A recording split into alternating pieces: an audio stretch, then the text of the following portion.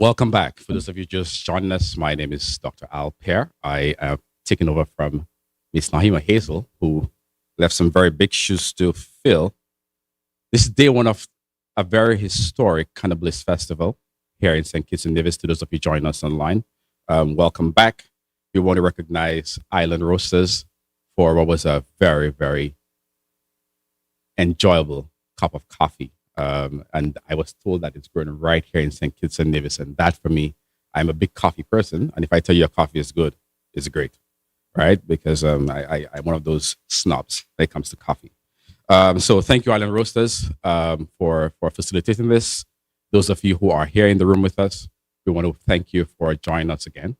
This is truly a historic event. So you are not just witnessing, but you are part of history. And I'm sure that you will hear throughout the next couple of sessions and tomorrow as well, when the second day will continue, that you'll hear a lot more about cannabis for those of you who are just coming into the space and into the knowledge of cannabis and the destigmatization that is on the way. So at this point, we are going to host our first Diaspora discussion. The topic is Ganja Goals, learning from the Jamaican experience. We have here at the head table two very capable individuals who I'm sure will provide some very informative sort of engagement. We have Dr. Garfield Alexander, the CEO of the cannabis industry. He's the individual who is spearheading this massive mission and this massive undertaking. And we have with him right to his left, the beautiful Miss J.C. Lewis, who I just had the privilege and the pleasure of getting to know a few minutes ago. So I will leave it in your capable hands. Thank you.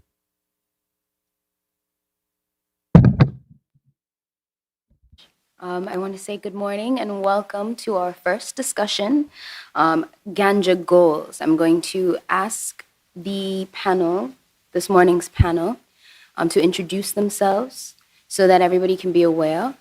And then we will contextualize the conversation and begin. So let's just make sure that we have everybody live. Do we have all our guest speakers?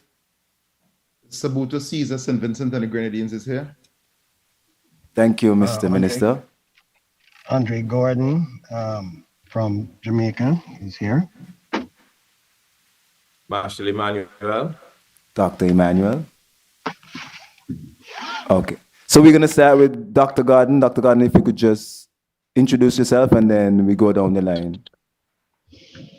Yes. Thank you for having me at this forum, Dr. Alexander and the other organizers. And I want to recognize Minister Caesar and Dr. Emanuel as well. Good morning to both of you and all your participants at the forum. My name is Andre Gordon. I am the founding chairperson of the Cannabis Licensing Authority in Jamaica, which was the first cannabis regulatory body that was set up in the Caribbean in 2015. And so I have, I would think, a unique perspective on what we had to deal with in navigating the space at that time. You know, realize that 2015 is 8 years ago. The world has literally completely changed since then. And the whole discussion on cannabis today is very, very different from what it was when we had to establish the cannabis industry in Jamaica at the time. So that would be my initial introduction, Dr. Alexander. Dr. Emanuel. Greetings, everyone. It's a pleasure to be here today. I would like to observe the Diplomatic Corps, Prime Minister, Minister of Agriculture and Culture, and numerous other portfolios. I would also like to greet the Attorney General, Mr. Gat Wilkins, and Mr. Garfield Alexander for giving me this pleasure to be here today. to be a part of this informative discussion. My name is Dr. Marshall Emanuel. I'm a lecturer at the University of the West Indies. I'm also the principal investigator for the Life Science Cannabis Group, where I head a group of students and staff where we actually conduct research in various aspects of the cannabis value chain, from like policy to cultivation to plant breeding, and just providing a holistic approach to understanding quality assurance within other cannabis value chain.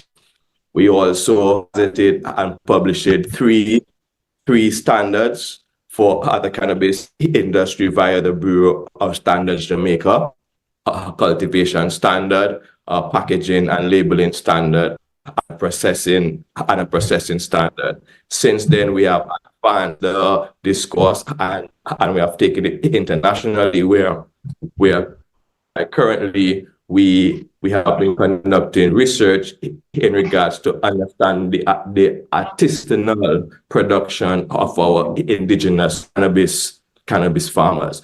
So it's a unique opportunity that St. Kitts and Nevis has in terms of shaping and creating a vertically integrated industry via cannabis as a horticultural commodity. So I would like to lend my support in this regard. Thank you.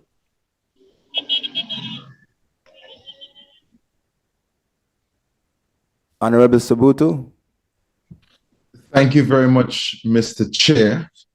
And there's a very popular song in my country that if I could have been in two places at the same time, I would definitely have preferred to be here, sharing the coffee with you and sharing this very important moment with you in St. Kitts and Nevis. I want to recognize the presence of the Honorable Prime Minister, the Honorable Minister of Agriculture, other cabinet colleagues who are there from the cabinet of St. Kitts and Nevis, and the entire group that over the last few weeks, months and years worked in a very dedicated manner to ensure that we are where we are today. And I have to show my full respect and my love to my Rastafari brothers and sisters who are there. I can remember as a child growing up, I heard that Ganja was a healing of the nation.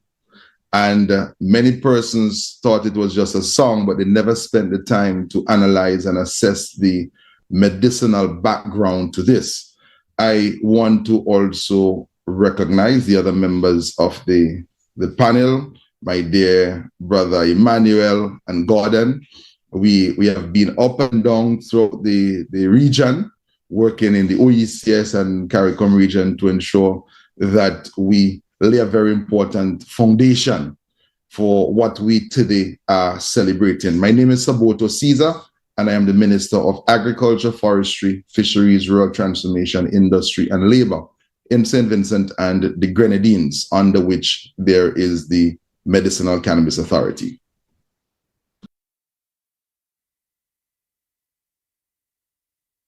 Thank you, Honorable Sabuto. Is that everyone? Except me. Except you. My name is Dr. Garfield Alexander. I'm the CEO of the Medical Cannabis Authority, Medical Cannabis Licensing Authority here in St. Kitts. Before this, I was a GP and community medicine specialist.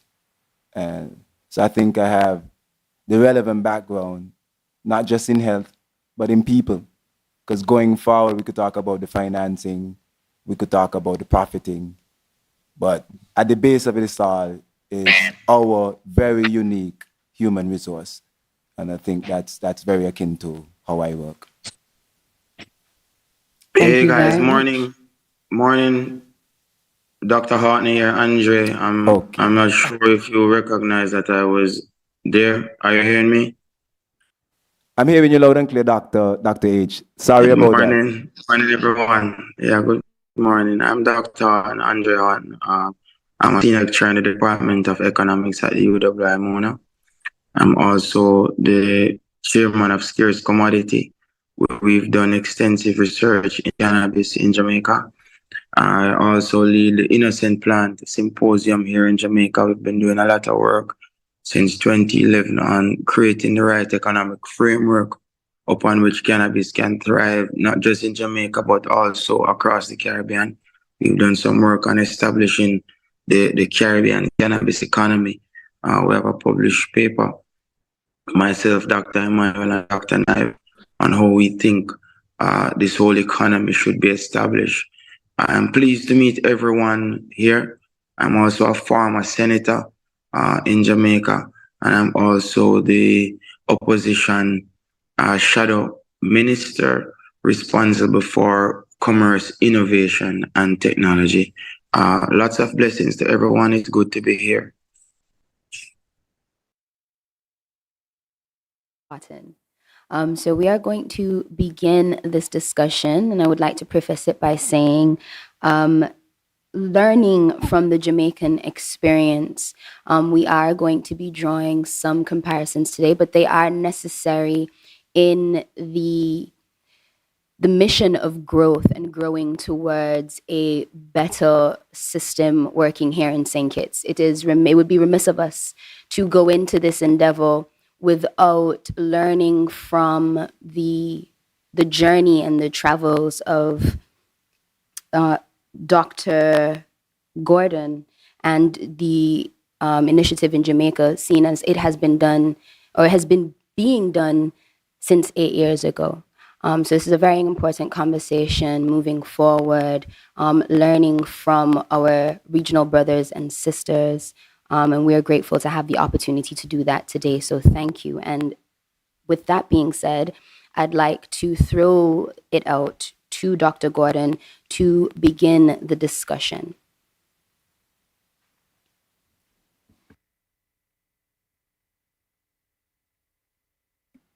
Dr. Gordon.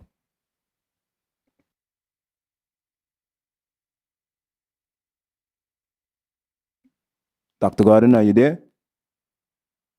I'm sorry, I missed that. Yes, I'm here.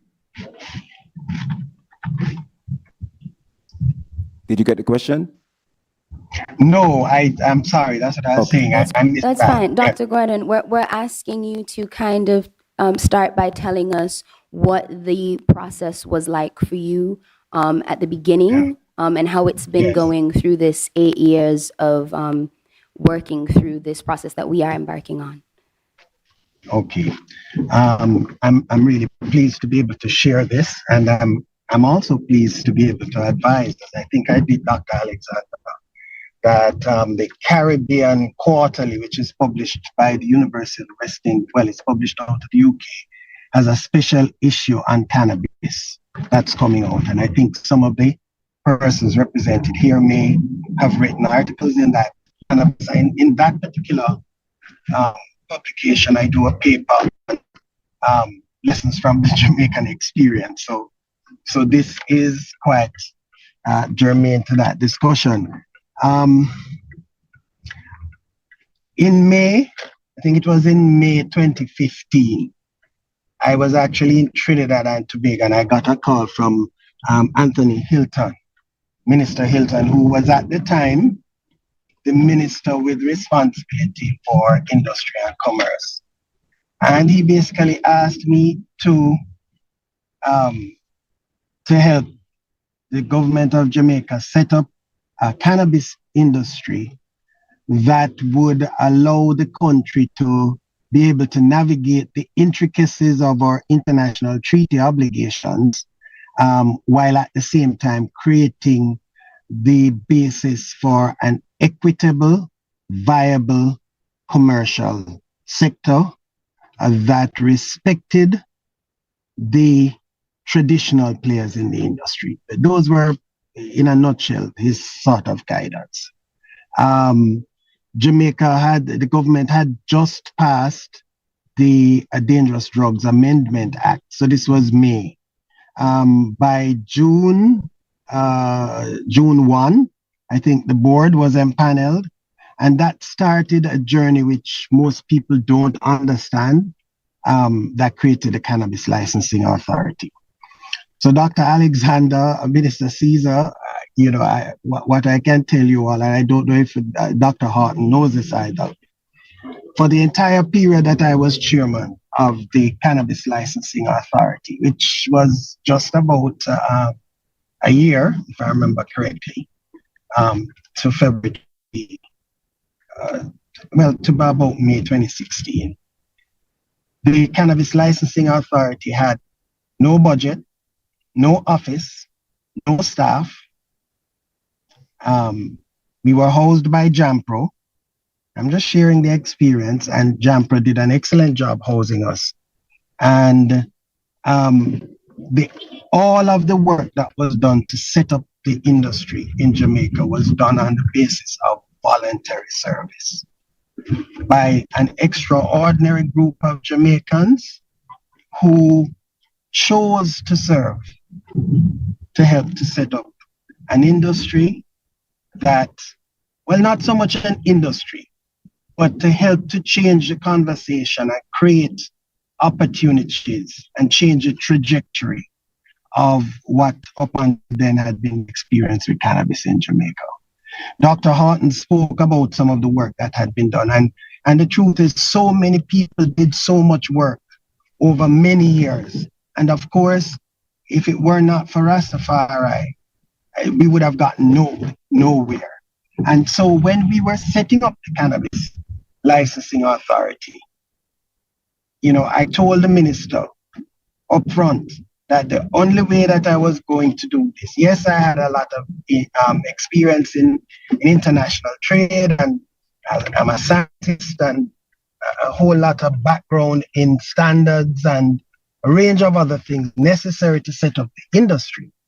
But the most important thing to me then, and it remains now, is that the industry must afford all people equal opportunity to any benefits to be derived, and also that the persons who sacrificed and suffered should be the ones to be able to benefit most fulsomely from the industry.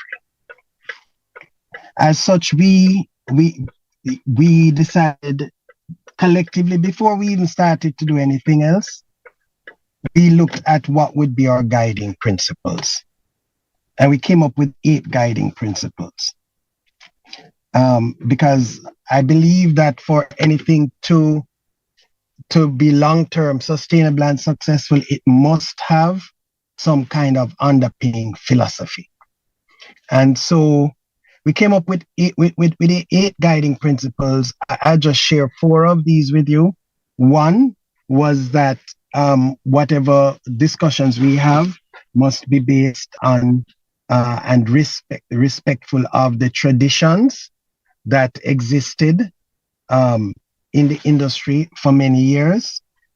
2, that we must recognize the special role of the Rastafarian community and the community dealing with ganja and cannabis prior to the establishment of the CLA, that we must ensure that we protect the children and persons who may be susceptible to to unfavorable outcomes, and so that information must be shared quite widely and openly and assessed in such a manner. And fourthly, that we must have an industry in which all the participants have the ability to participate and benefit from the industry. Those were 4 of, and I'm paraphrasing, because if you go on the Cannabis Licensing Authority's website, you will still see the 8 principles, 8 guiding principles there. And having set that up, then we set up a series of committees headed by various people, and to jump from June 2015 to February 2016, by the time we left office, or I handed over or tried to hand over to the incoming administration, we had drafted all of the regulations that have subsequently been promulgated. We had created a budget, the full human resource complement staffing, everything for the organization to operate. We had a financing structure in place, which to date has never even been explored. We looked at how and had developed approaches to involve local farmers to conserve and prioritize local strains, which has totally been ignored in Jamaica. Michelle can talk about this. To be honest with you, many things were done in the context of extreme pressure and scrutiny from the INCB and or bilateral trading partners who were not at all happy that Jamaica was going this route. Remember, in 2015, only Uruguay and I think Argentina had made any steps towards even looking at cannabis decriminalization. There was nothing in any of the US states. Canada had not started. So the world is completely different today than at that time. So that was the context in which we set up the Cannabis Licensing Authority. It should have afforded the Rastafarians and the traditional growers and the small farmers an opportunity to participate. Maybe Michelle and Andre Haughton, Dr. Haughton, or some of the others can speak about what actually happened. But my experience is that a lot of the things that I would have worked with Mr. Caesar to make sure didn't happen in St. Vincent and the Grenadines, and also in St. Kitts, to make sure that whether legislatively or otherwise, these deficiencies were corrected, have not really still been addressed in Jamaica. I would just leave it there, and I would take any questions after. Thank you very much, Dr. Gordon. Dr. Alexander, would you like to interject? I just wanted to add some context, because I didn't even realize until you related that back, Dr. Gordon, how unique Jamaica's entry into the legal space was at the time. All I could remember was that this was Jamaica. This was the greatest and most mobilized ganja, I won't even say marijuana, cannabis, ganja brand on the planet. So when that entered the space as a legal entity, forging the way forward, I had such great hopes, and I don't have great hopes anymore, because again, Jamaica now serves as a living example for the rest of the region. And not just necessarily what not to do, because there's things that actually were successful there. But again, Dr. Gordon was actually one of the first persons I've heard as an intellect on that level speak towards cannabis. He appeared as our keynote speaker when we were part of the Cannabis Commission, the National Cannabis Commission. I met him several times afterwards in my journey as a CEO, and it has always been awe-inspiring. So, Doc, I'm saying that just to say that I know it could be dejecting, but you've certainly applied your work since that. Thank you, Dr. Alexander, for recognizing. Appreciate it. Thank you both. I'd like to invite Dr. Haughton to speak a little bit about what you think might have been some of the shortcomings of the initiative, especially where traditional growers are concerned, as well as what you think were things that would have went well or would have benefited you. Morning again, guys. Thank you so much for inviting me to speak at this time. The Jamaica made significant strides over the last, say, 9, 10 years in understanding how to properly commercialize and include all the relevant stakeholders in the entire cannabis business. I mean, when we began our research, the aim was really to see how we can derive the maximum economic benefit from the plant as well as its byproducts. And my estimation has shown is that for Jamaica particularly, we have a GDP currently of, say, 16 billion US dollars. My research has shown that if we were able to explore cannabis wholesomely, then that could generate for us legally over 11 billion US dollars, which is about 70% of our GDP. The first thing that we recognize in Jamaica is that the rolling out of the cannabis license were done in such a way where it excluded the traditional farmers. It was done on a business foreign direct investment basis where we did not explore the industry's ability to lift ourselves up by our own bootstraps. But instead, what we did was to use it as a tool to solicit new capital from abroad. A lot of capital came into the country, a lot of companies, especially from Canada, invested in domestic high hopes of expanding their ability to serve the global market in the foreseeable future.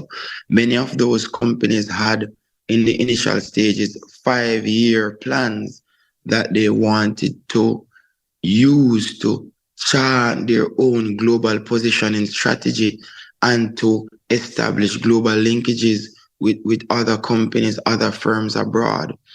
What we've seen is that based on how these, and I'll speak to them, 3 categories of people. I'll speak about the legal entities, I'll speak about the traditional ganja farm, and then I'll get to the Rastafarian community. Now, these legal entities, many of them that I've consulted with, because the growing standards were not established wholesomely, and because the idea that cannabis is an illegal commodity made the CLA over regulative, if I could use that word. And what that did was it didn't give the companies the ability to continue the research that was being done in the traditional economy. And as a result, the amount of byproducts that were supposed to be established out of the industry were not forthcoming. Many of the firms locally focus on providing the raw vegetables, selling buds, etc., etc. Only a few firms embarked on research. Now, another thing that took place was that we did not vertically diversify these plants because of the country's inability to extract potent and different substances from the plant. As a matter of fact, many of the companies were merely learning how to grow, how to cultivate, how to stabilize their strains in the economy over the last 8-9 years without any vertical diversification in their research whatsoever. And I think that Jamaica needed an innovation and technology fund in order to boost the capacity of the industry to diversify products. We held what was called the Scarce Festival and the Innocent Plant Symposium. And what we did was to invite all the producers of cannabis products across the island, both legal and illegal. And we looked at their products, their packaging, the substance contained within them. And we merely were trying to harvest the research, that was going on across the length and breadth of the island.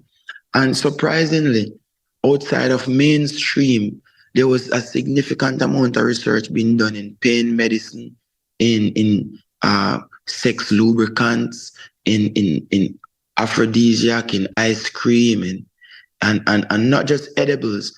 We had people there looking at the holistic cannabis industry, looking at the production of cannabis garments, the production of board from cannabis, the production of hempcrete, and so on, which really diversifies the product offerings that the country could have embarked on. But what we realize is that the country mainly focused on two things: the product that we can use for medicine, and at some instance they brought in the growing of hemp, but that has not expanded in a real economic way.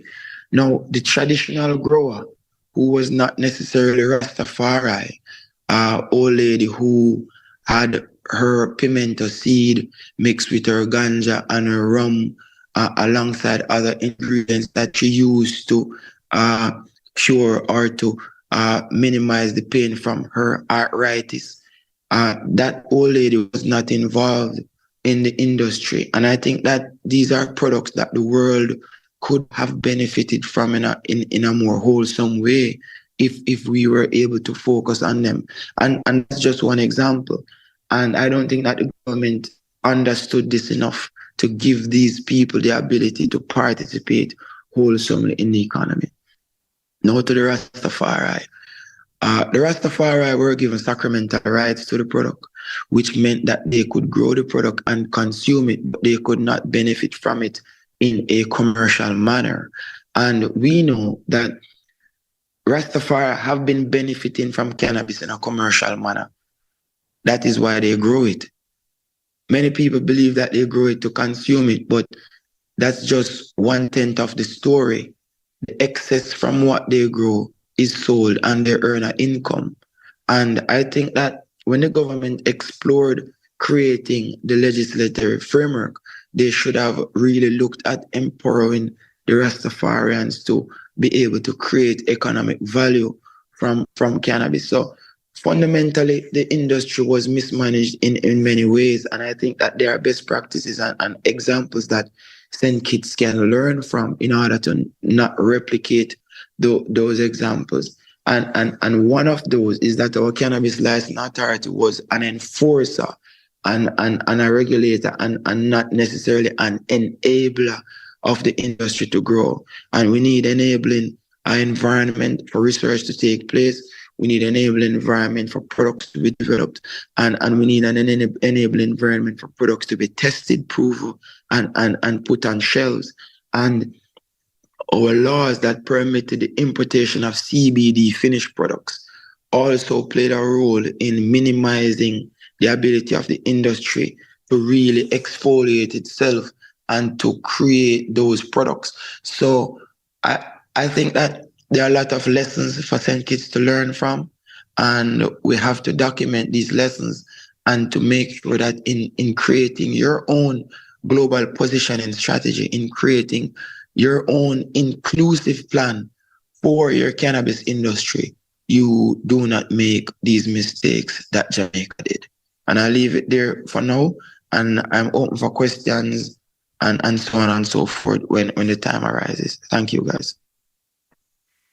Thank you so much. That was extremely insightful, Dr. Haughton. And it sounds to me like a lot of the people aspect was being missing, and people being at the forefront of this particular initiative. I'd like to ask Dr. Emanuel here if he has any thoughts on why some of those oversights might have happened, and how, or any information or any ideas on how we could, how do I want to phrase this, how we could effectively avoid that kind of situation. Because it is one thing to say that we want to create an enabling force, but how does one actually create an enabling force?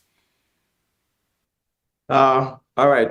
Thank you very much. This is a very good question. And I would like to start by saying the Caribbean region is no stranger to agriculture value chains. We have been here from sugarcane to bananas to citrus to many horticultural commodities. And we have, capitalized on some, but now we have a new opportunity to understand cannabis from a holistic standpoint. And we must remember, with all the medical connotations surrounding cannabis, at the end of the day, cannabis is still an agricultural commodity. And we have seen, based on region where agriculture production, agriculture stewardship has pretty much dwindled. The Caribbean is not necessarily contributing in agriculture as we used to. However, we still employ majority of our working staff are still employed within the agricultural sector. So something is not necessarily happening where it's bringing sort of economic sustenance to the farmers who are actually cultivating crops within the region.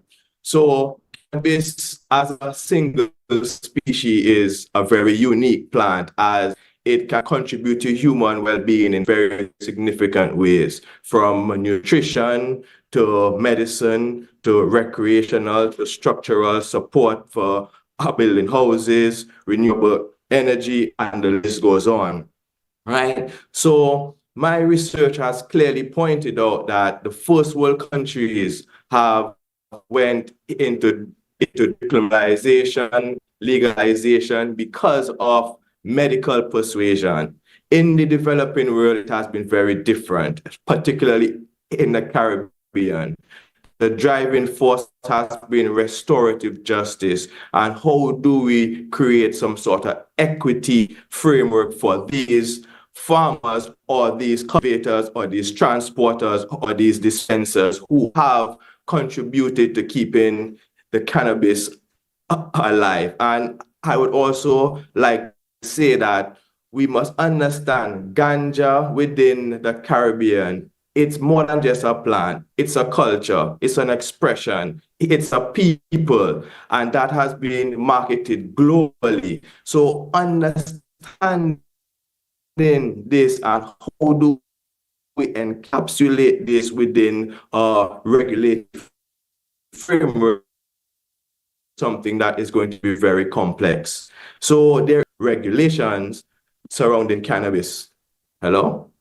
I saw my computer freeze, right? So there is no perfect legislation or regulation surrounding cannabis, but we as people need to understand our local dynamics, our unique position globally, and how do we create market cannabis to our people who are willing to actually consume cannabis. So here we have the medical market that has been forced upon the Caribbean people, which is not necessarily what is our driving force in terms of cannabis consumption regionally. So that creates a sort of discourse based on the players within the medical fraternity and the players within other aspects of the agriculture, of the cannabis value chain, such as tourism, such as a pharmaceutical council, and so on. So most of our medical practitioners have been trained within a sort of medical framework where it's a sort of pharmaceutical model. And the approach to like cannabis being derived as plant medicine has not necessarily been in the same foresight as a pharmaceutical sort of approach towards medicine. So it creates a challenge based on the practitioners, consumers, dispensers, even the regulators. So in the Caribbean, what we see the legislation has been in terms of direction. We see where we are attempting to create medical markets, right? Particularly medical markets that are going to be export oriented, which is pretty much a sort of facade. Because think of it, if you are living in a first world country and you are using cannabis for any sort of medical reasons, if you are traveling to the developing world, sure, you will obviously see the need to travel with your medical preparation that has gone through a series of various testing and quality assurance.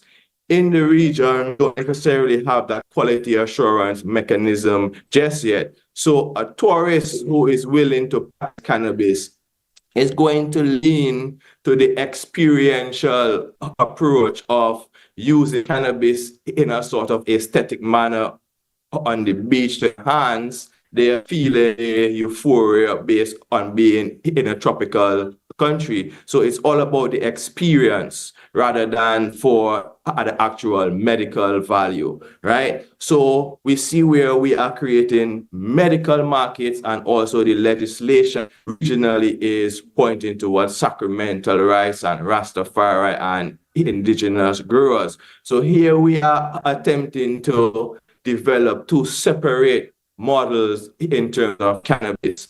So we know what the medical market sort of looks like globally, the medical products that have been developed. There is no need to reinvent that wheel. But in the Caribbean, we have a very unique opportunity where sacramental rights is concern. And what is sacramental rights? How is sacramental ganja going to look? How is sacramental ganja going to be dispensed? So the value proposition of marketing value, the cultivation techniques, the standardized production of what is referred to as sacramental herb could definitely put the Caribbean region on a different plethora based on marketing connotations of sacramental rights and Rastafari. Because we believe that the Rastafari lifestyle has promulgated a particular type of product that meets moral and ethical values that will resonate with the local population, the regional population, and the world. We have seen what Bob Marley and Peter Tosh has done in the name of ganja. So there is no need, so there is a greater need to understand how do we merge the cultural aspect, but still maintaining a sort of socio-economic platform where economic sustenance and sustainability could be employed in the cannabis value chain. I have done some work based on understanding the foreign direct investment model, where we see that the foreign direct investment model is very much needed. We saw this morning where the Prime Minister announced the relationship with the Southern University, and I was privileged to be part of the delegation to visit the Southern University, and they are doing a wonderful job based on being on having a license to actually cultivate cannabis, and it's an agricultural school. So how they have engaged St. Kitts very unique approach to building human competence and providing level of certification that is going to be accredited for these players within the cannabis value chain. So we have seen the foreign direct investment definitely has many pluses, but also comes with negatives. Example, a company would want to exploit, bring in their strains, bring in their soil, bring in their greenhouse, bring in their growers, and then want to export that to the full country as St. Kitts grown or, Jamaican grown. How much Jamaican or how much Caribbean is really that product? So geographical indicators, understanding intellectual property surrounding cannabis processes from breeding to cultivation to processing is going to create more value and more sustenance for the industry from a holistic point of view. And I could go on, but I will just keep it short. And I will say that St. Kitts needs to focus on developing their local industry and creating local commerce and educating the populace to understanding what is safe cannabis, and the licensing authority also needs to focus on public health and safety and maintaining environmental stewardship whilst developing the cannabis value chain. Understanding the forward and backward linkages, the cross linkages, such as academic institutions, different ministries, agencies, bodies that are going to come together and develop and support the value chain from an economic and sustainable point of view. Thank you. Thank you. Thank you very much for that, Dr. Emanuel. Dr. Alexander? Yes, Dr. Emanuel, Dr. Emanuel, Dr. Haughton, this question is for both of you.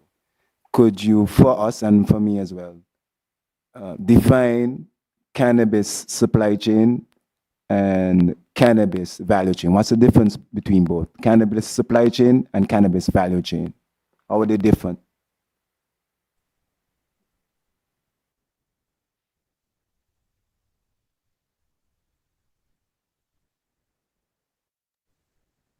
Yeah, hey guys, morning. Dr. Haughton here again. Yeah, from my point of view, we must be able to create value, and then we get that value from opening up the supply chain that will absorb the products that we create. We're looking at vertically diversifying the product from the soil to the seed to the flowers, and then diversifying the flowers into additional products, so that there you will be looking at the value chain, moving the product or vertically diversified up the value chain to add more value. For example, the seed itself has one value. The fresh flowers has another value. When that fresh flowers is turned into oil, it gets another value. So it keeps increasing in value. That oil is added to other products, medicines, whatever the case may be. And that right there is the value chain. The supply chain looks at how we supply both the inputs to the cannabis production process, and also how we supply those outputs that we produce from the cannabis value chain. So it's very important for us to understand this, because I think that in Jamaica as well, whilst many people understand the value chain, which we have not been able to explore, many people don't understand wholesomely the supply chain, both the supply in terms of where the inputs are coming from, and also where the finished products are going. So I think a lot of emphasis has to be placed on this, especially because that many companies enter the industry thinking that it is a gold spoon, and they quickly realize that they have to establish their own supply chains, and many of them find difficulty doing so. Yes, Dr. Haughton, thank you very much for that. And yes, the value chain is focused around creating value from ground up to the finished products, and the processing and adding value. So based on the inputs, where are the inputs going to come from? The seeds. So I've always said the Caribbean is developing a cannabis value chain or a cannabis supply chain without the basic supply inputs that are going to sustain the economic sustainers of the cannabis value chain, such as the seeds, where are the germplasm going going to come from. We have seen recently where the Narcotics Board of Control reported that there's a huge influx in Caribbean people ordering seeds online and sending to freight forwarders. I've seen newspaper articles where individuals go to collect their seeds and are being locked up and charged. So understanding those dynamics are the inputs, the fertilizer. Anybody who grows cannabis in any modern day way would know majority of the inputs that they use would have to be imported. How do we understand the labor input within the value chain, the competence, those aspects based on what is the product value at the end of all other processes that takes you to the finished good. Understanding the supply chain is really understanding the various plethora of different palettes, different markets, different consumption methods associated with cannabis, and how do we develop the type of products that would now be integrated within these value chains. So we have seen where the United States currently uses 1% of their energy grid in terms of certain states for cannabis production. That is way too energy intensive. How much are you going to sell that product for? How much you're going to pay your staff? In America, a first world country, that is highly possible. But in the developing world, it's slightly different, where we have to import, we have to use energy. So substituting and understanding the dynamics locally and understanding your local market. So I've recently done some work based on the artisanal production of Jamaican traditional farmers. And it's very interesting to see as you travel the length and breadth of Jamaica collecting data, we saw that there is a wide demographics and plethora of different palettes and markets that other growers cater to. And because they are located in various microclimates within the country, they cater to different types of markets, such as the size of farm, the post-harvest infrastructure, genetics grown, all vary based on the type of all vary based on the intended market that these products are trying to meet. And these markets are simply the tourist markets, the rural townships. We have the like so-called ghetto markets in like Kingston, and the price, the quality, the distribution methods vary. So it's a whole approach to understanding the consumption patterns, the local dynamics within the industry, to really create a sustainable approach to production, processing, and dispensing of the cannabis commodity. All right. Thank you so much again, Dr. Haughton and Dr. Emanuel. At this time, I would like to ask the Honorable Minister Sabuto to join in the conversation and add any thoughts he might have. I just want to take us home a bit on some of the issues, and by way of reflection, to note that there was a time when the entire cannabis ecosystem was really comprised of the Rastafari community utilizing cannabis as a holy sacrament.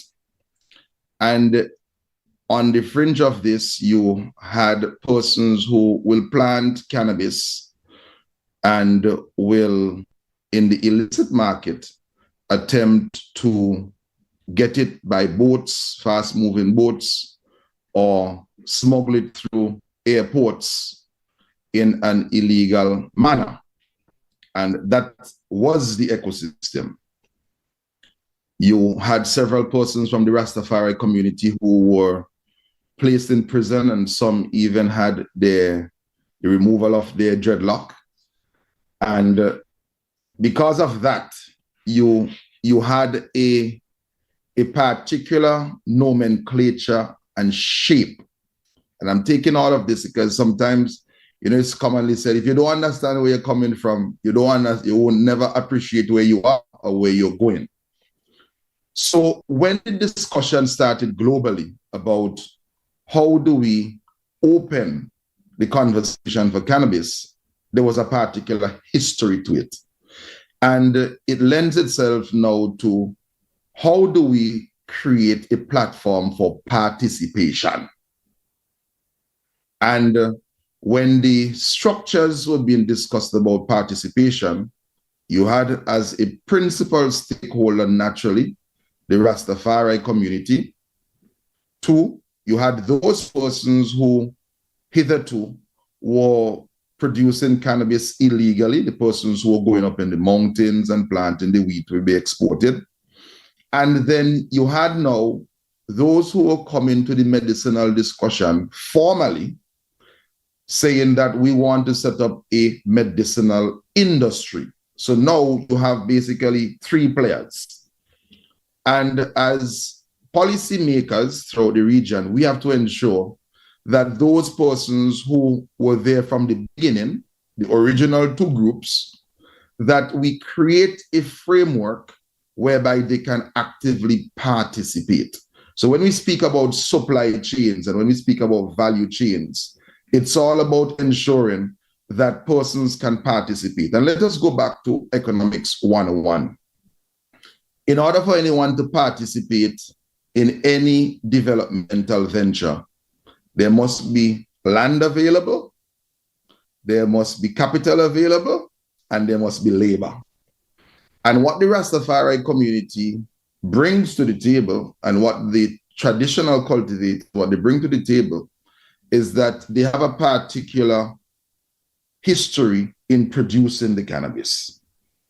This, however, when juxtaposed against the methodology that is promoted by the medicinal industry, it doesn't line up exactly. And I just want to note that within the Rastafari community, we also have the local herbalists, because our grandmothers were boiling weed for us. They were not saying that they were Rastafari, because even though you are a Pentecostal grandmother, you were boiling the root for your granddaughter because you heard the Rastafari community said, and the persons in the community said, that it is good for asthma. So you have that carve out that also has to be protected. Now, I really enjoyed the presentations from all the other persons, because it brings to bear a different look at the same issue. And what we did in St. Vincent and the Grenadines, following the advice, and Dr. Gordon played a very important role with Emanuel, and I read extensively the work of Andre in Jamaica. And we also spoke to advisors globally. We ensured that the traditional cultivator, that his role in the industry, his ability to participate was protected.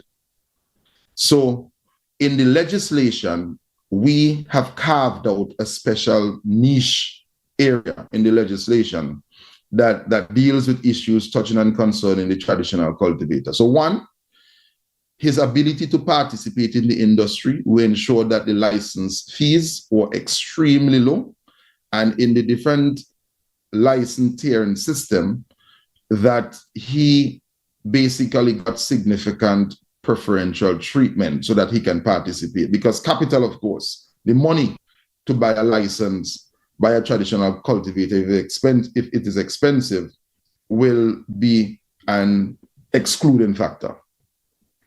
In many instances, and right now in St. Vincent and the Grenadines, we have a clear articulated plan as to how we are going to address the issue of land. And we were able to work with several traditional cultivators. Some were farming on government lands, didn't have a title. Therefore, when they applied we ensured that that was formalized. So we dealing with land, labor, they have a lot of the skills and the techniques, and the capital. In the legislation also, we have a special assistance program for persons within the traditional cultivators groupings that we are working with and we have worked with. And you have persons like Spirit Cottle, a very popular name in the region, who is a leader in the traditional cultivators in their realm. And we have been giving significant support to the traditional cultivators. So when we speak about participation, it's one thing to speak about participation in the general sense, but we have to, and I encourage St. Kitts and Nevis, and I know that your minister, your Honorable Prime Minister, listening to them and following the work that they have done, that the traditional cultivator is going to play a central role in the development of the industry. So I just wanted to note that. From St. Vincent and the Grenadines, we also have some other unique things that we did.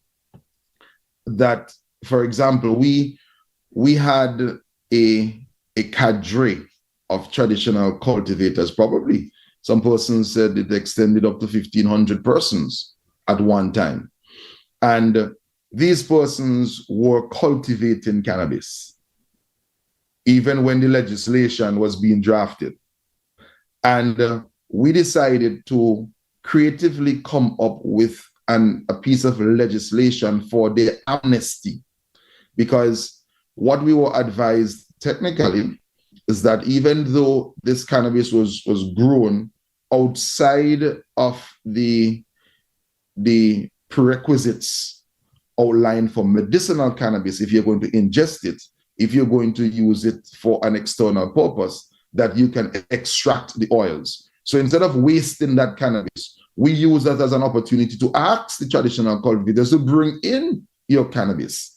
And importantly at the time, what we did was that we marry the traditional cultivators who were in search of capital to have a joint platform with a pairing up platform with the investors. And it's something that I want us to note, because an investor coming into the country, and it was mentioned in passing by Andre, may not necessarily want to have a traditional cultivator partner.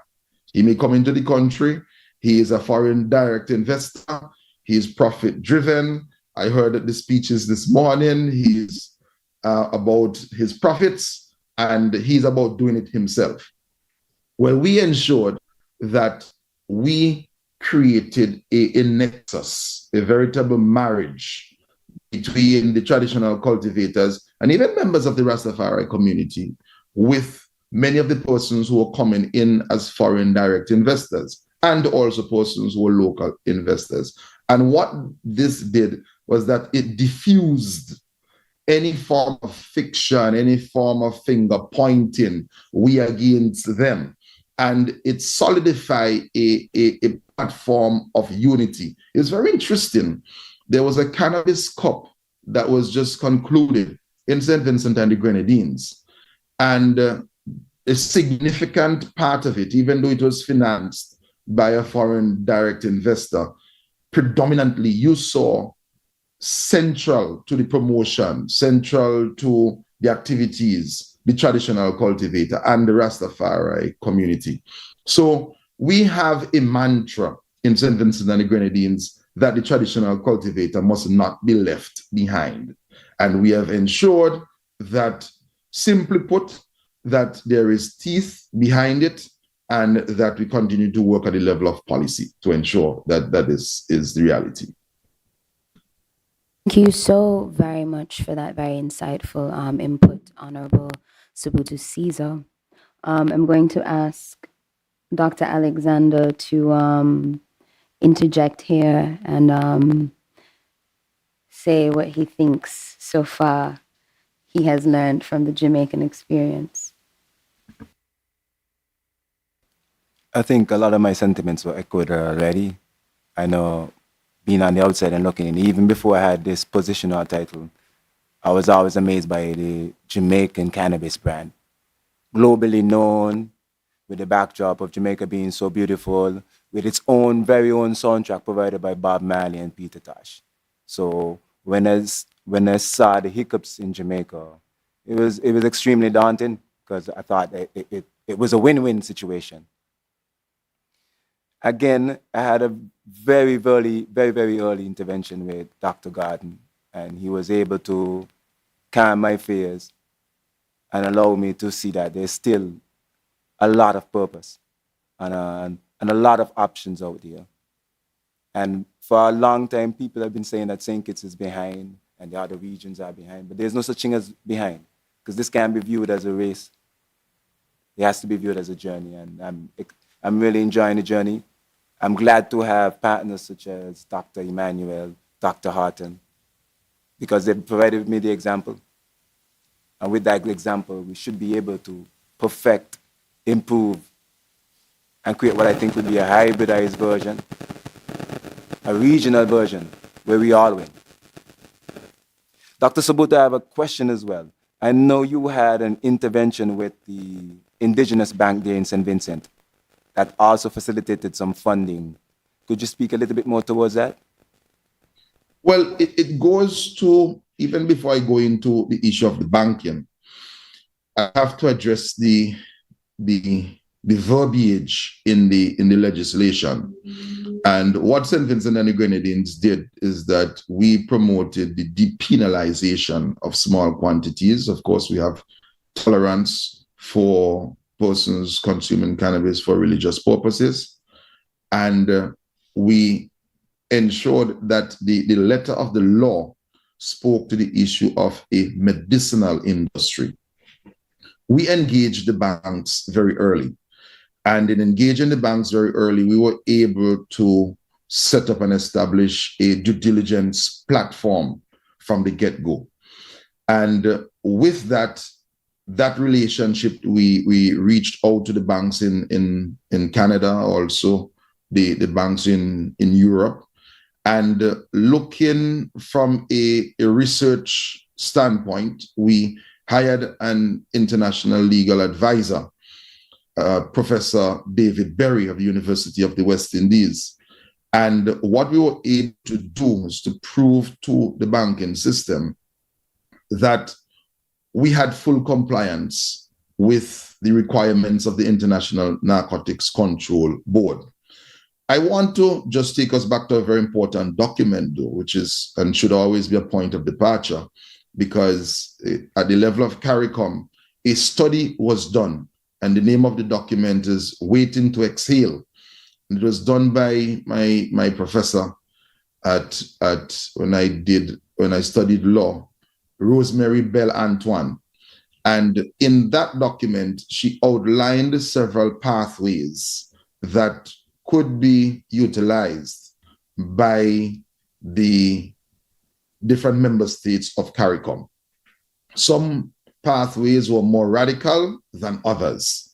St. Vincent and the Grenadines chose the pathway that we were establishing a modern medicinal wellness industry, of which cannabis was only one part.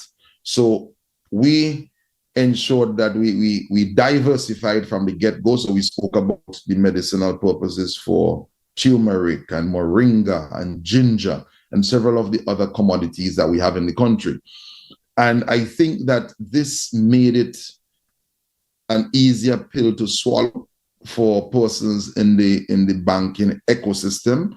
And we have been able to do banking, and it has definitely ensured a lot of confidence in the industry here.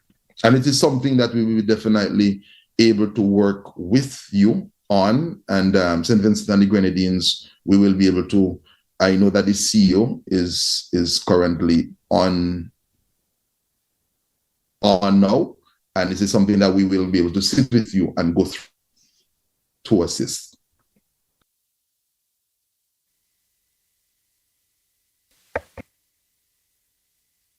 Thank you very much. At this time, I'd like to invite those of us who are here live or invited guests, if there's any interjections, any questions.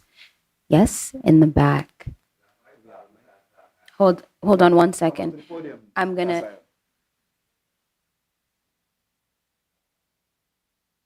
We're gonna have someone bring you the mic. Thank you very much. You can, if you'd like to. Fantastic.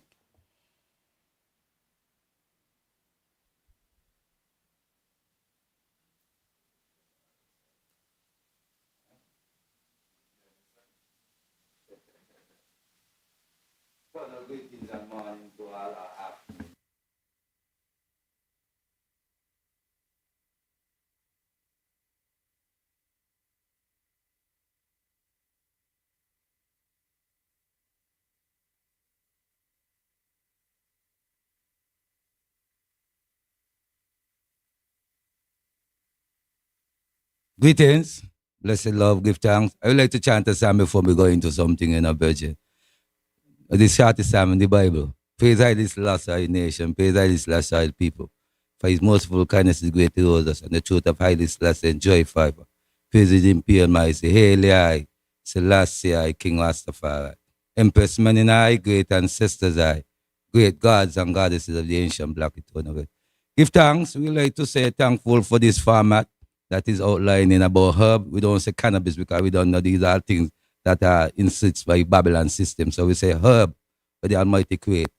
But we like to say basically we heard one of the presenters tell about the seed aspect. And if we're going into our industry, why are they still seeing many of our people being challenged when it comes to the movements of seed coming into our region from overseas, especially what think the Virgin who say he was a former senator in the Jamaican parliament. I think he raised that avenue. So, yeah, so we like to know why is it that the Caribbean region don't want to see levels of our people have these levels of the herb seed being introduced into our region, even though we're going from outside or even local, because that's a challenge in St. Kitts and Nevis and the point that I face within other people reporting to her, and I give thanks. Importation and the local aspect of it too. Okay, Dr. Haughton, I don't know if you would like. Oh, Dr. Haughton and Dr. Emanuel, either of you, both of you, would like to respond. Yeah, hi guys. I think that's a legislative issue as it relates to how seeds enter the country and the type of seeds. Dr. Emanuel has more information and can speak more wholesomely on the issue.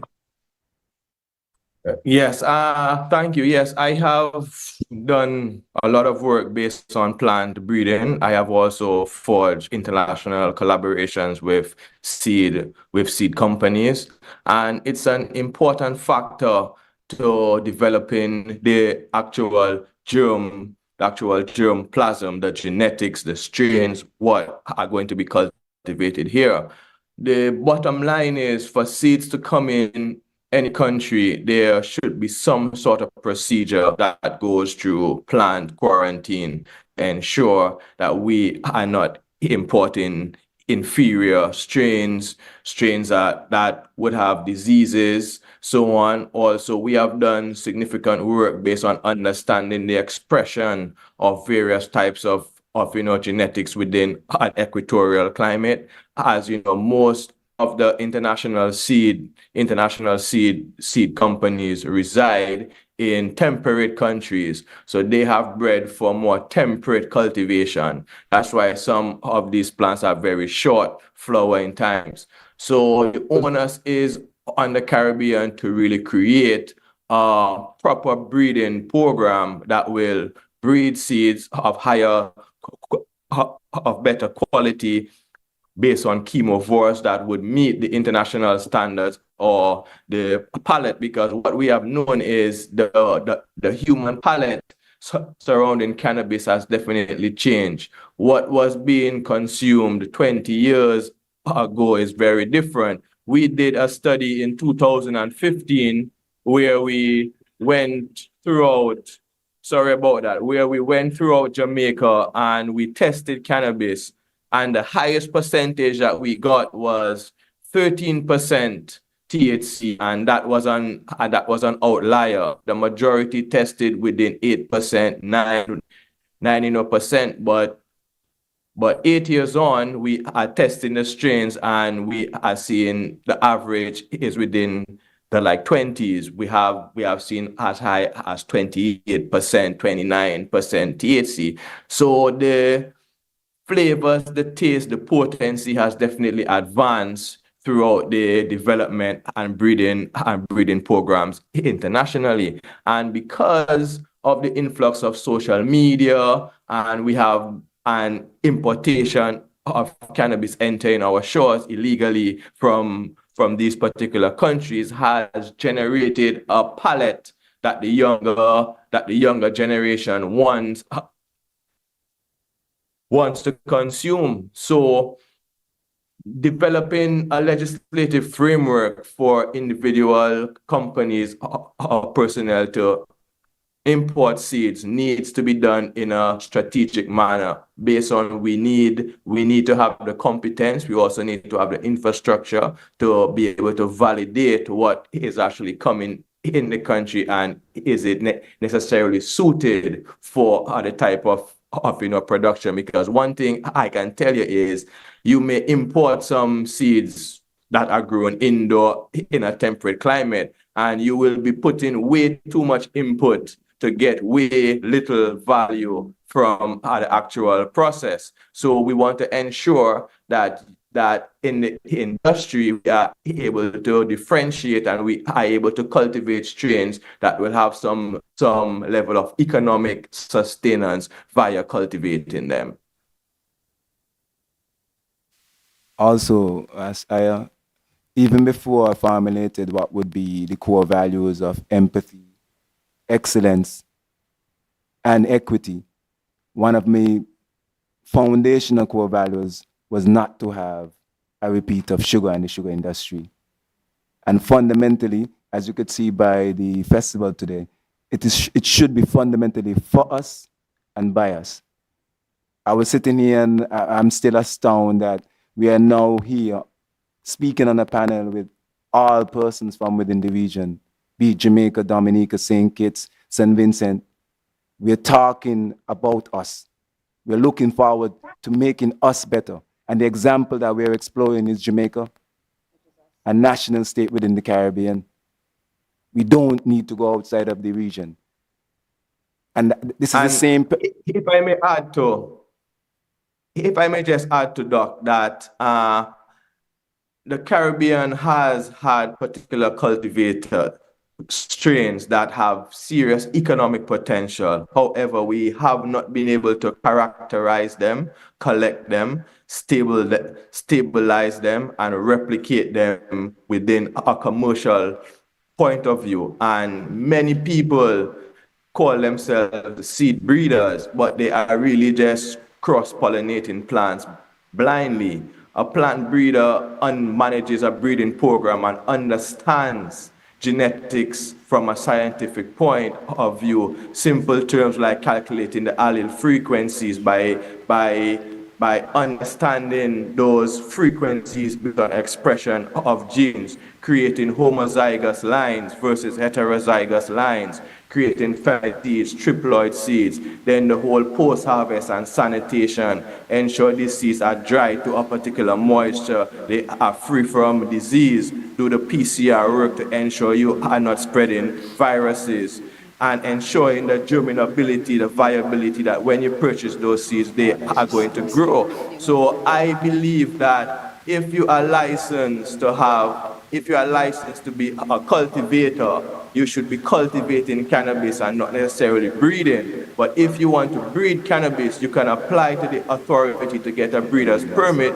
where they will go through the infrastructure or the sort of competence that's necessary. Because if everybody goes about breeding, we could definitely create serious problems within our local production. I would just like to put that there.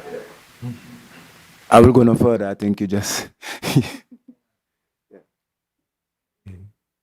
We have a question from the audience. Blessings. Give thanks to the Creator, His Son Yahshua Emanuel, the Messiah, and Emperor Selassie first. My question is basically, if they actually synthetically modifying seeds to create this CBD to get the type of CBD that they want for their medical industry, because if we really recognize THC is not legal in any farm, any place in the earth. So they actually separate the plant by making CBD legal, the legal entity now, and actually still have THC actually illegal. What I find in the Caribbean is that some states have actually allowed for you to basically have THC within your plants, but still, when we really check it out, we ourselves don't even really have equipment and all those things to determine the CBD and the THC. And if you have levels of synthetic CBD in your plants that are coming from the US, who owns a patent for CBD, then you could see there's a trick going on here. And we have to recognize that trick. There's a way to naturally breed CBD. Are these the plants that we're gonna take? Are we gonna take seedlings that's synthetically modified CBD into the Caribbean, which, if you do open air production in that there, can contaminate our genuine production of our regular THC plants.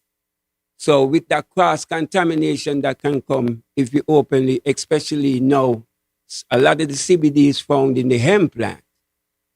So now, if you plant hemp next to another plant that is a high level of THC, you're going to actually have a breeding issue there in the sense of what you want to really maintain. And it's still technically legal to actually have THC plants. So the government will still have to look in some of these issues, because the THC can be a very stronger part of the plant, or ingredient in the plant that can help with a whole heap of medical situation too. So why are they just allowing us to have the CBD aspect of the plant? Because they say that there's a psychosis ingredient in the THC. When you look at the holistic value of the plant and the actual, we use cannabis all the time. There's a level of CBD in it, cannabis, and they also have a level of THC in it. And there's many, many other ingredients that they haven't been able to isolate. I find that the future for us is to really have a lab where we can look into all these matters. Because imagine we just trying to deal with CBD when THC might be able to actually, say for example, cure cancer, but CBD can't. CBD more used to help with one who actually having seizures, to assist with appetite.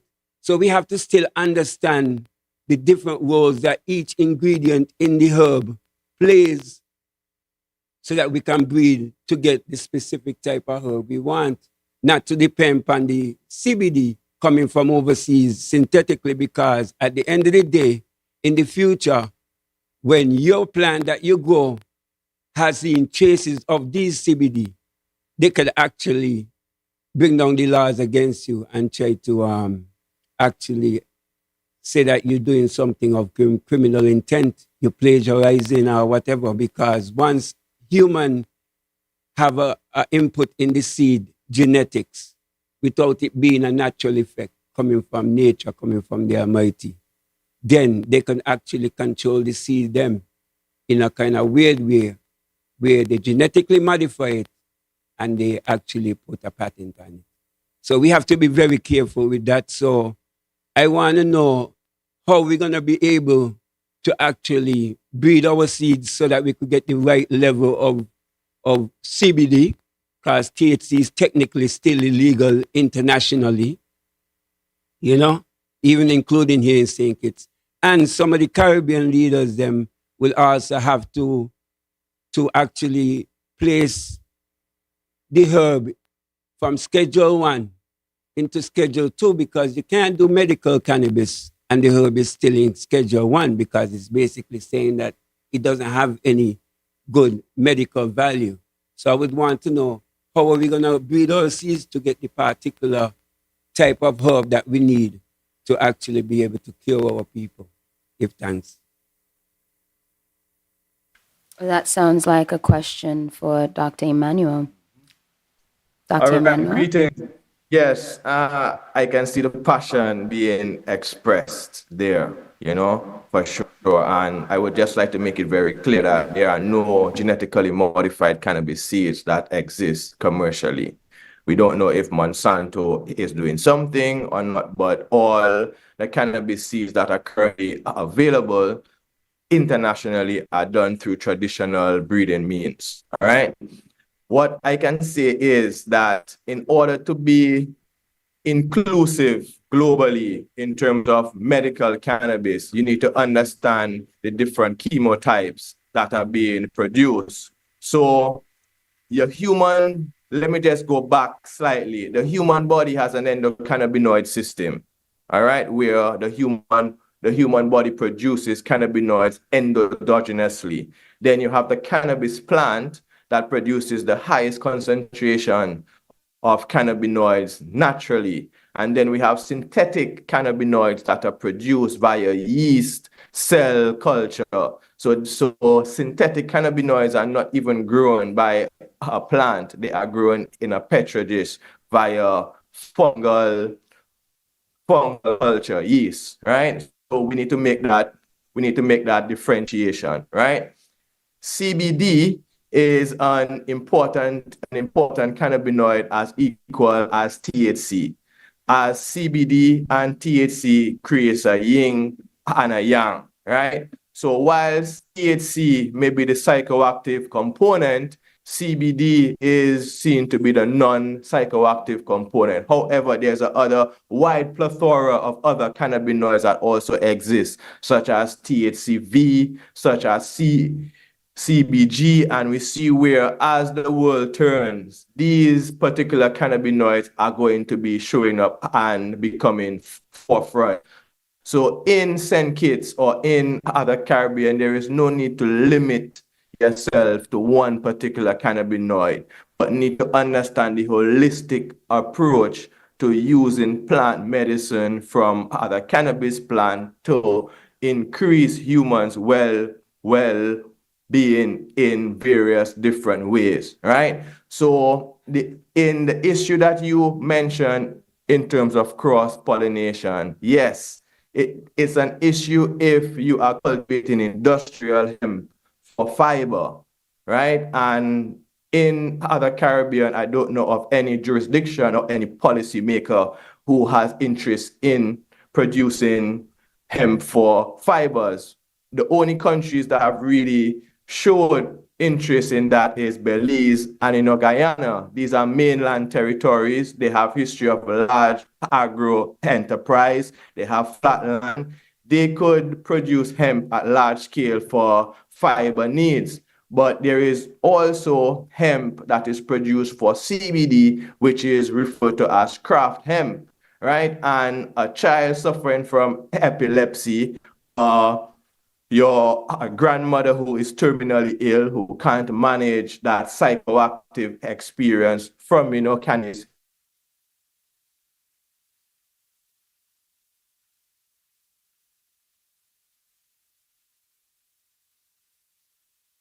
Dr. Emanuel, can you hear us? Because we can't hear you. Okay. Sankofa, but you it was correct. Okay.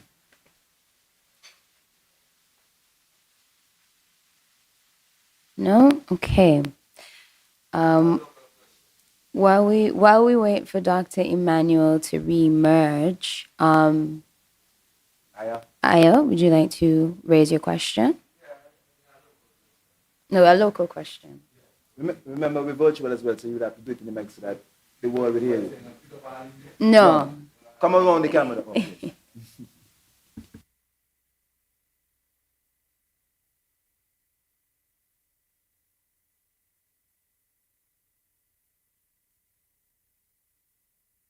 Sorry, the Sorry, electricity technology just late though. But late. One second, let me electricity just went. Dr. Emanuel, are you back? Yes, electricity just went, but I'm using my hotspot. Oh, So, okay. Okay, so yes. we're gonna, So if it's okay with you. yes. Before he goes, I would just like to talk about the issue of cross-pollination, right? We have seen where if a cannabis plant is pollinated, means it is developing seeds. The cannabinoid profile can drop more than 50% because all the energy, the resources the plant is using is going into producing seeds rather than producing those glands that has the phytochemical component. Because growing cannabis, the value is in the unfertilized flower. So you sexually frustrate the plant that it does not get fertilized, so it continues producing these sticky glands in anticipation that a pollen grain will blow in the breeze and stick. As you can see, cannabis has no pretty petals. There are no red, yellow, and orange to attract no insects. So it's a wind pollinated plant. So it produces those sticky glands in anticipation for pollination to take place. Every species on earth aim is to reproduce. So we sexually frustrated, so it increases producing those glands to increase the medical value of the plant. So if you are growing cannabis for medical value, your interest is in producing hermaphroditic plants or male plants. It's all in producing a seedless flower. So the chances of cross-pollination is significantly minimized if there is no pollen from a male plant or a hermaphrodite floating within the breeze. So I assume the various techniques that these farmers would be cultivating would definitely minimize any chance of cross-pollination, even within their own production. So even for it to leave their own, their own facility and enter other facilities within the occurrence, that's a very minimal chance of actually happening. And we have explored that in pretty much very depth. So if you need any further information in regards to that, I will be happy to assist you. And you may be referring to genetically modified seeds as feminized seeds, so on. Feminized seeds, our traditional farmer been growing from seeds all his life. The difficulty is that most times he presents his herb has seeds, and it's not a male that pollinated it, is a hermaphrodite, because he has the trained eye to be able to see the male plant and remove it. But the hermaphrodite that he's not seeing is pollinating his plants, producing seeds, and he's growing those seeds next year, year after. So he's increasing the level of hermaphroditic traits within the germ, within the germplasm. We, as plant breeders, now produce feminized seeds by eliminating the Y chromosome and only producing XX chromosomes. So all the seeds will be female seeds. So if you, as a farmer, get hold of homozygous female seeds that are very uniform, your work becomes much easier. You use less space, less land space, you use less water, you use less fertilizer, it's less labor to produce seedless, higher quality flower that is more uniform. So it's a win-win situation. We at the university went a step further, where we have engaged in producing triploid seeds. And triploid seeds are simple. When we were all younger, we would get small grapes with big seeds, and now we get big grapes with no seeds.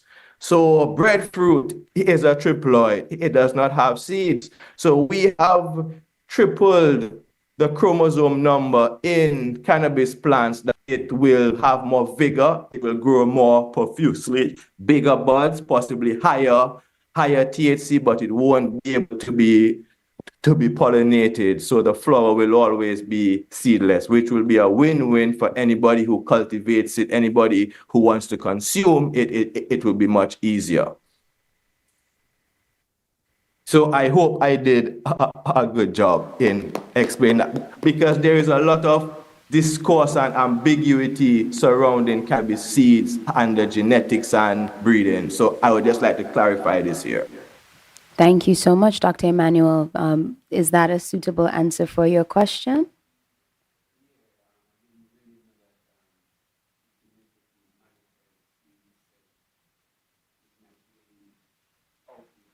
Yeah. Yeah, it was very informative.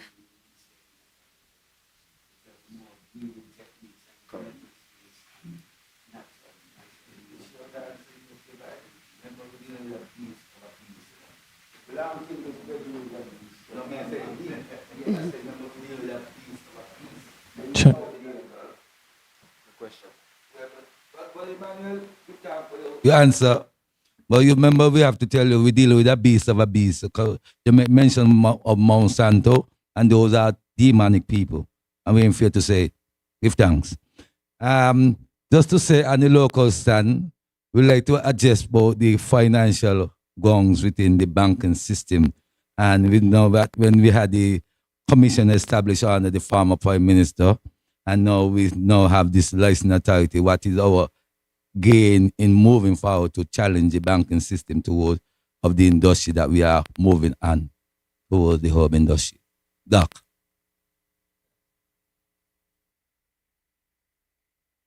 Dr. Alexander? Yes, Rasaya. I want to give thanks for Rasaya. Like, from the very beginning, he's turned on from a teacher to the guy that places the fire under my foot. Rasaya, and I'm glad just before you asked the question that Dr. Emanuel presented, and there was a question from Ras Sankofa. Because here's what this is all about, where we clear up doubts, things that you may not have known before, that you now know, that there's more clarity. Because a lot of what we want to do and aspire to do and dream about is great, but it must start with us starting from ground zero, and it must start with those first steps. So the banking industry and financing, it's a hurdle. And let's be quite honest, it might be one of the biggest hurdles there. So I don't want to make promises, but I'm saying that we're making the steps now where we're more educated, because we might find that we don't need to actually access the bank. I don't know if you were listening when Minister Samal presented. And I think within the ecosystem of cannabis growers, especially traditional growers, we could use some of the more recent technology, Bitcoin and the such. Sorry. Okay. And so a lot of what we see as hurdles may not be hurdles. What we're creating now, and I want to say this as clearly as possible, it takes me back to COVID, where we were in a very dark period and looking for the light. But yet we had experts saying that they were the light. Right now at this point, it's the first time we're actually researching cannabis in a positive light. It's the first time we actually have our people within the room discussing cannabis and discussing it without taboos. So this is the very first step to approaching any one of the problems or any one of the hurdles that we have. We just have to change our perspective, change our mindset, because gone are the days where we couldn't wheel 40 plants into the market. Gone are the days where we could have a detailed 2-day destruction, where we couldn't have a 2-day detailed symposium, festival, and cannabis. I remember growing up thinking that I'd never be alive when cannabis was legal, much less in St. Kitts. And now it's happened. So I'm at the mindset right now where there's nothing impossible, especially when it comes to cannabis. The only impossibility will be created in the minds of us.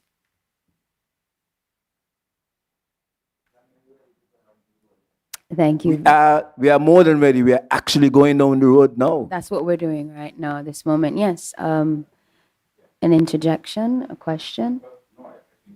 It would be remiss of me to sit here and, in fact, while you're talking, I'm actually typing an email to someone in regards to cryptocurrency. So I spent a lot of time in that space lately, and there are folks like that. We have someone from Jamaica on a virtual panel, and I'm sure they're probably familiar with folks like Baron Baker, who is one of the pioneers for agri-tech in the Caribbean, right? I mean, if we talk about blockchain technology that we're using to actually track plants and create consistency in terms of how we actually track and ensure that we are creating a product that is viable and reliable, that very same blockchain technology becomes its own financing instrument, right? The beauty of blockchain that Baron has used, and I'm sure the gentleman on the platform here is familiar with Baron. They've used where farmers become their own financing platform, right? So a farmer can actually borrow money to another farmer, and there's no need for an interaction because the smart contracts and the fact that blockchain is so immutable that it allows to create your own funding instrument amongst yourselves. So small communities like the Ganja community, right, can actually create their own micro bank within themselves. And you can borrow money, and all of that comes off the yields of another farmer and paid automatically to you. So you can automate those things. You actually don't need a building or a staff or anything and so on. The blockchain technology can actually self-manage and self-administer. So that is one of the ways outside the banking. But we talk about Bitcoin. Why go Bitcoin? Why not create a cryptocurrency called weed? That cryptocurrency can become a value exchange. Because or whatever name you want to call it. But the fact of the matter is that Bitcoin is already at $41,000 this morning, right? We don't have to go Bitcoin. We can create that cryptocurrency that we can peg against the Eastern Caribbean dollar or any other dollar. I wouldn't say US for reasons that I'm sure you understand. So of Monsanto, I mean here, and my brethren over there was very, very clear in articulating, why when you hear these names, it sends chills through your spine. Because not too long ago, Monsanto was still fighting Roundup cases in the thing. So I love the chronic lymphocytic leukemia that we see in our space is caused by these very same individuals.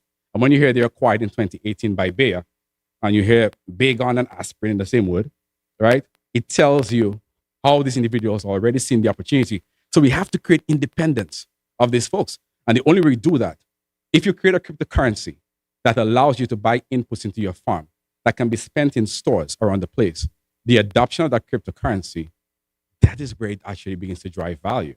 That becomes a microeconomy and then a macroeconomy. I suspect this is going to be bigger than the EC dollar because it brings the entire region together.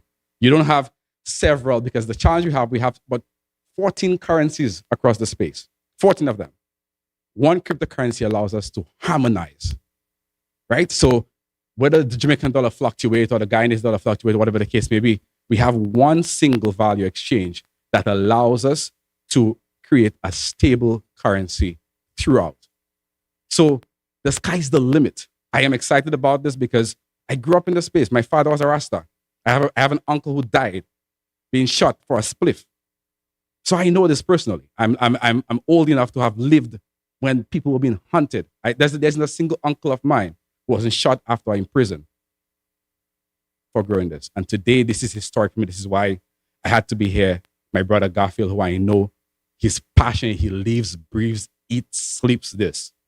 And for me to speak and not talk about the financing possibilities and how in this room, people here can actually create something that is so revolutionary that it puts the banks on the back burner, that banks will themselves be coming to this group of individuals looking for an opportunity to actually get on board.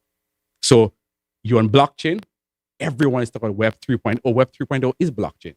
It means that everything, there's no centralization of anything. There's no one man making decisions. And you can create that. And I'm happy to get on board of this project because I'm right here talking to the folks in Abu Dhabi about cryptocurrency and doing the very same thing. So the sky's the limit.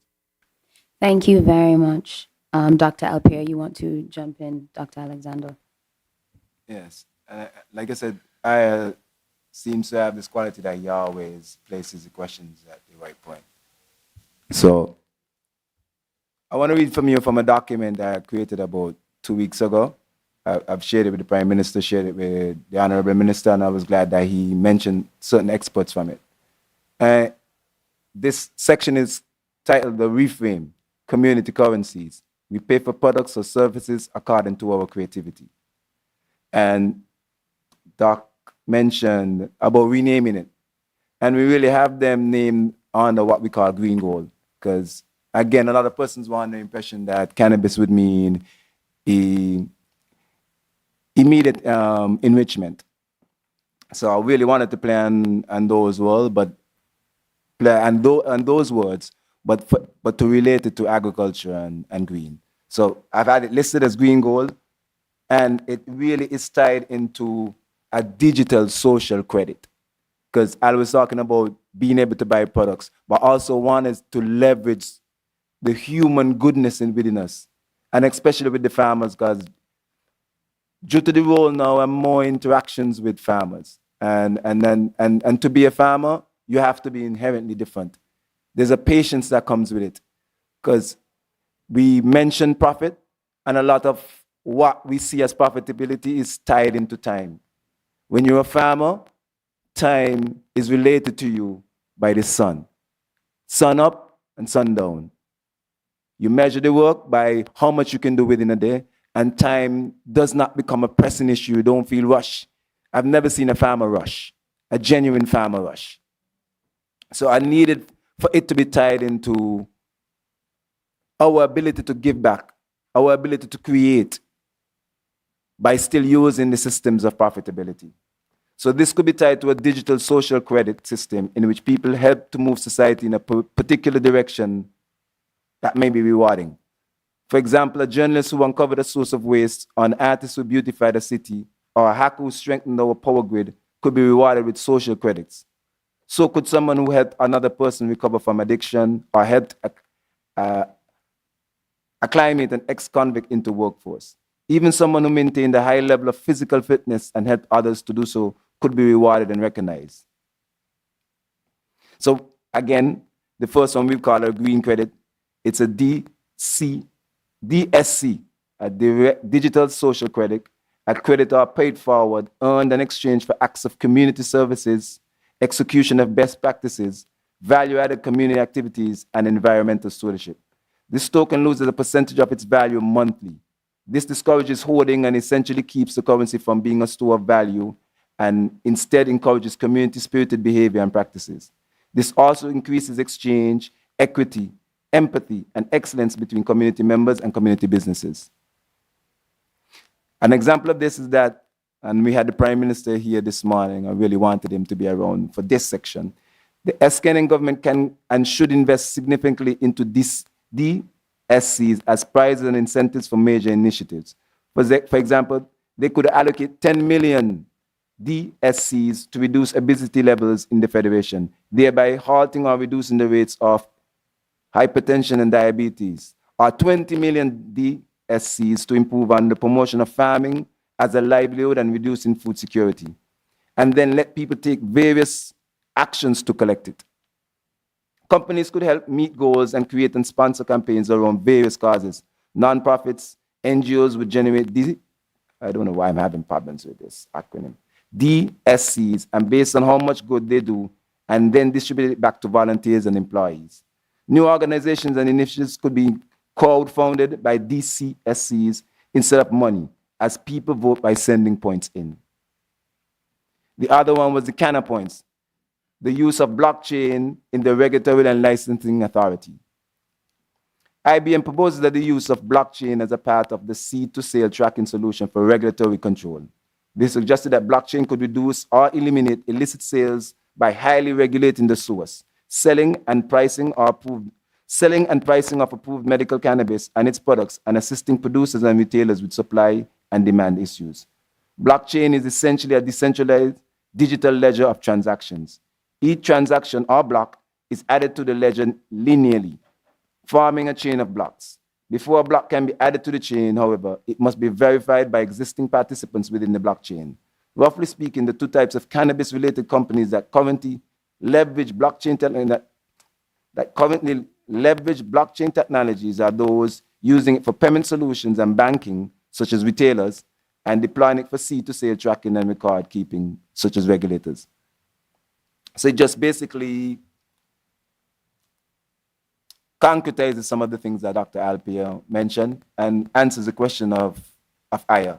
A lot of the solutions would be created by us, or should be created for us by us.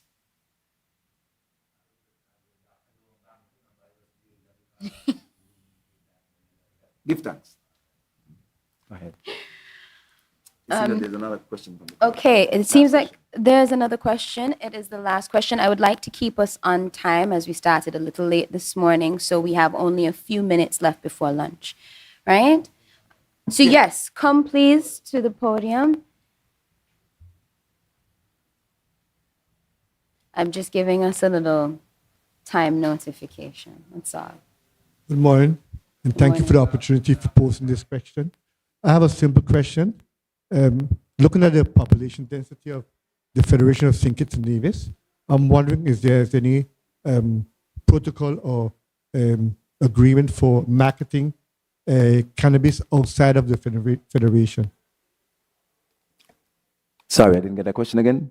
I'm wondering whether, seeing the population density of St. Kitts to make this venture profitable, I'm wondering whether there's any protocol or any trade agreement being thought about for marketing outside of the Federation. Oh. Of course, in future, there will be, but again, coming back to for us, by us. If at first we establish what is our value chain and our supply chain, I think we first must start with us. If we can supply us and satisfy us, then the next levels would be to export or supply somebody coming in. But I don't think, and this may go against a lot of what we do now presently in tourism. I believe people come to an island to see the persons of the island, the persons of those communities behaving and conducting things as they normally do. And it attracts you, or you can take value or add value to it. We don't need to create entire institutions just for visitors. Just as our tourism should be experiential and people come to experience what we're experiencing, to see how we live and live for a while and how we live, the same approach I want to take to cannabis. Before I satisfy a foreign direct investor, before I satisfy the foreigners, I'd want to make sure that it's sustainable for a small island developing state like ours. And if they're attracted to that, then they come. I don't know if that answers the question. I think that's a wonderful answer to the question and a beautiful underpinning for what I think has been at the base of this entire conversation. And the members of the panel can disagree or agree with me, but I think that in this learning from the Jamaican experience discussion, the thing that has been at the base of what it is that may have gone wrong or what it is that we may be learning from is to understand the importance of people as a part of this journey and at the forefront of this journey, and making sure that our authority is embracing and empowering its people first. There could not be this conversation, this market, this economy, this new investing thing to invest in that we're talking about, had it not been for our traditional farmers and the people who were out here risking their freedom and their lives to still participate in this industry, even before it was an industry, as well as the people who it belongs to, Rastafari, right? So I think this is a good place to pin this particular discussion, this diaspora discussion. I want to thank all of our panel members. I want to thank Dr. Emanuel, Dr. Haughton, Dr. Gordon, and the Honorable Minister Sabuto Caesar, as well as Dr. Alexander himself. Thank you so much for joining us. We are going to, you want to? Yeah. Okay. I hope our panelists have not gone. Because I want to personally thank them as well. Honorable Sabuto, I could remember first meeting you. I remember our honorable Minister of Agriculture took me to Antigua to actually meet with you. And I remember being so inspired by your words. And the fact that you had a banking solution at that very instance, already active and ongoing. So to have your guidance and that of Emanuel, Haughton, and Garden, it has been truly amazing to have persons of your caliber to actually guide me along the way. Thanks. Thank you so much to our panelists and to those of you, our invited guests. We are going to break for our Royal Logistics SKN luncheon, and we will be returning at 1:30 for our second diaspora discussion, the Medical Cannabis Mission. Thank you so very much.